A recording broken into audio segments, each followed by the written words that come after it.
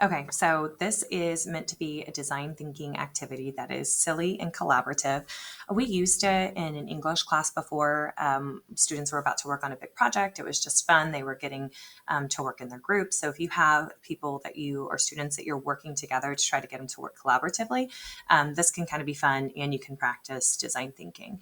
I have this note to teacher. The only thing that you'll need is paper and markers and then Chromebooks if you decide to do one extension of this. So you can pick and choose whatever you like to do. I always start with, especially if we're going to do something collaborative, of this is how you're going to be able to be creative in here. You're going to have to communicate with one another. And remember, collaboration, this is what it looks like. This is what it sounds like when we're working with our partners. Then it just kind of goes into like, here's some really big issues we have in our world, or you might have students brainstorm some. But guys, today actually we are going to solve problems that we could solve today, or problems that are kind of like silly that that you think of that like you really might have a problem with. Asking a date to a dance, a friend who stole your shirt, what's for dinner? That's a big problem in my house. You think I'd have it solved by now, but I'm in a collaboration with Fox's Pizza. We're doing our best. The one example that I'm going to continue using is a peanut butter jar.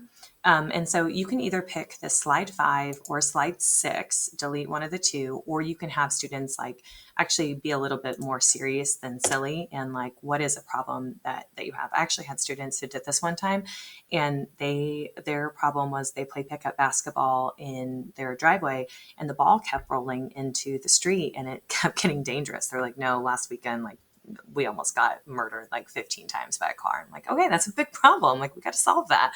So within their groups, is there something serious, or do you want to give them some options? And if we're working with younger students, you might have some examples that fit your age of students. So we're going to start with empathy. And this is where this little activity kind of lacks. We're not going to spend a bunch of time getting to know somebody. This is a problem that they're having. So once again, you can read. So I'm not going to go through all of these, but they could do a newspaper headline, and I give examples for the peanut butter jar, a future party. So if you're going to have a party and this problem there was a solution to it, what would that look like?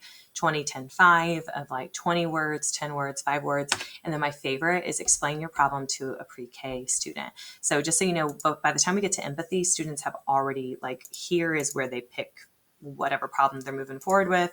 And then here is where, this one's always my favorite, of explaining your problem to like a toddler. And then we're going to go to ideate. And I like this too because the design thinking process isn't linear. So now we're brainstorming some problem solving activities to help you generate some solutions. So I always start with individual. So then they have a list of 2 to 3 possible ways they could solve this problem. I try to ask them to be serious during this time because the next couple are not going to be serious.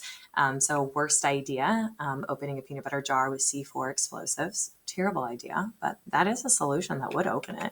And then what would X do? I think the students with the basketball end up having LeBron James, or there was some basketball player that they had come in, define. So now we're going to pick our solution. So we're going to rock, paper, scissors. Everyone's going to pick one within their group.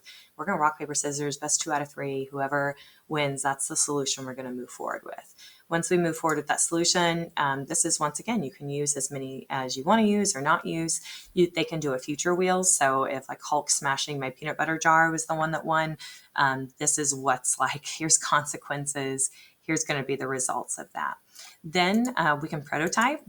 You can have them put 2 minutes up on the clock and they can draw a quick sketch of what that looks like.